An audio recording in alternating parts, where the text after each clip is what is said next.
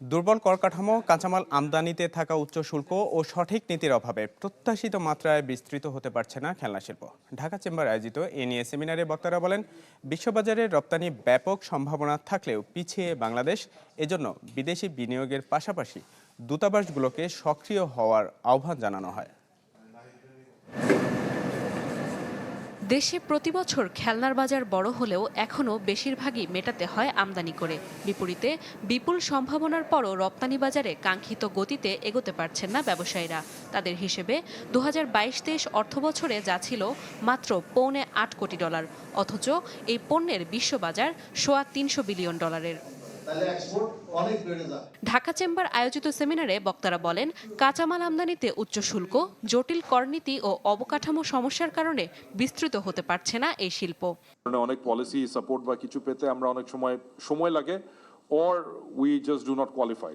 প্রত্যেকটা দেশের কিন্তু কিছু কোয়ালিটি স্ট্যান্ডার্ডগত কিছু সার্টিফিকেশন আমাদের অ্যাটেন্ড করতে হয়। সো এই জিনিসগুলোতে কিন্তু আমাদের মনোযোগ দিতে হবে। আমরা যারা বক্তারা বলেন, গবেষণা ও উন্নয়নে বিনিয়োগের ঘাটতি অন্যতম সমস্যা এ খাতের জন্য। ইউনিভার্সাল কার্ডিয়াক হসপিটাল, আপনার হৃদয়ের আরো কাছে। রয়েছে নীতি সহায়তা ও ডিজাইনের দুর্বলতাও। এসব উন্নয়নে বিদেশি বিনিয়োগের প্রয়োজনীয়তাও তুলে ধরেন অনেকে। আর ঢাকা চেম্বারের সভাপতি পরামর্শ দেন, বিশ্ববাজার ধরতে বিদেশি দূতাবাস ও বাণিজ্য মিশনগুলোকে আরও কার্যকর করার।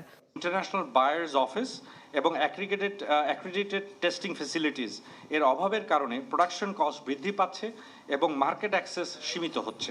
Bangladesh we are facing diversified product export problem. সেমিনারে এখাতের জন্য নীতি সহায়তার আশ্বাস দেন এনবিআর সদস্য মুবিনুল কবির। আর বাণিজ্য সম্প্রসারণে একসাথে কাজ করার কথা জানান ব্রিটিশ হাইকমিশনের deputy development director Martin Dawson. Government অবশ্যই আপনাদের প্রতি সহানুভূতিশীল, কিন্তু গভর্নমেন্টের কিছু লিমিটেশন আছে। আমরা করব, হয়তো আমরা একবারই করতে পারবো না, স্ট্যাগার করব, year by year করব আমরা। We're committed to supporting Bangladesh's economic growth and export diversification, particularly in high potential sectors such as the toy manufacturing sector. তথ্য বলছে, বর্তমান ধারা অব্যাহত থাকলে ২০৩০ সাল নাগাদ খেলনার রপ্তানি পৌঁছাতে পারে $46 কোটি।